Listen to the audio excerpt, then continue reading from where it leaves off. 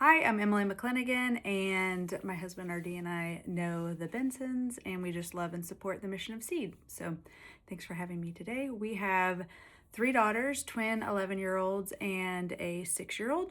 And I'll just share a little bit about my business, Emily McClanagan Art. So a little bit of history of it. From the moment I became a Christian in college, I knew that the Bible called us to serve. So I immediately got involved in serving. For me, especially low income, oppressed communities and people.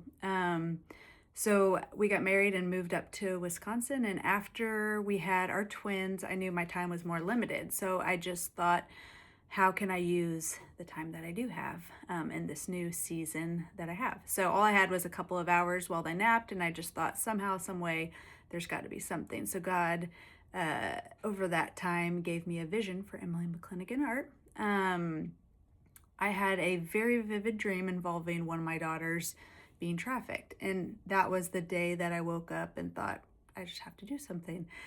And I didn't know what that was going to be. So I decided to teach myself to paint, learn to paint, and convince my friends to buy my artwork and then donate it to people that were on the front lines of serving oppressed people, whether that was in Syria or Mexico, or just locally, having known people that were all over on the front lines doing things. So that first piece of artwork was just a simple watercolor wreath, and turned it into a set of stationery. I think I sold it for $20. It's grown every year after year. It's changed a lot, from stationery in my room to selling in shops, to the last 5 years has been live wedding painting, which has been exciting and very fun and different. So that was the beginning of Emily McClanagan Art, what it was born out of. So God's heart is for, in his kingdom, to fill the places in the earth. And one of the ways that I do that is through my art. I start with a blank canvas on every piece of art, and then I just do my best to fill it and make it beautiful, and reflect what I see. And so this business has provided me so many opportunities to take part in bringing heaven to earth, both by providing just a piece of artwork to someone. They have an idea. Oftentimes it means a lot. And for me, just to give them something with a gift God's given me, to do it well as I can, as well as I can see it, and provide that to them. The business has provided me with opportunities to give financially, which I love to do, in different seasons and different partners all over the world. That's been just a joy to do.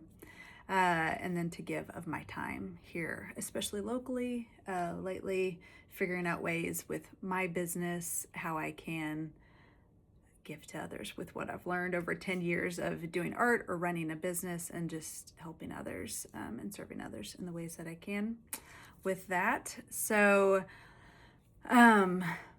yeah, God's heart is to make things more beautiful, to make things more like Jesus. And every piece of artwork for me starts blank and just trying to reflect him. He's the great artist. And yeah, I just think whatever you do, you can make something beautiful with the gifts and talents God's given you. So I'm going to end by reading this quote from N.T. Wright's book, Surprised by Hope.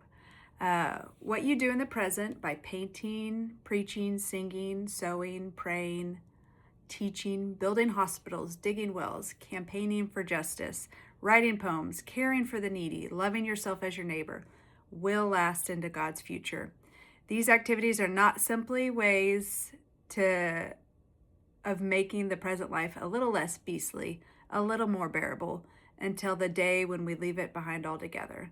They are a part of what we may call building for God's kingdom. That's my prayer and purpose with the resources I've been given, to invest them to bring heaven to earth. So thanks for listening. Happy December 1st.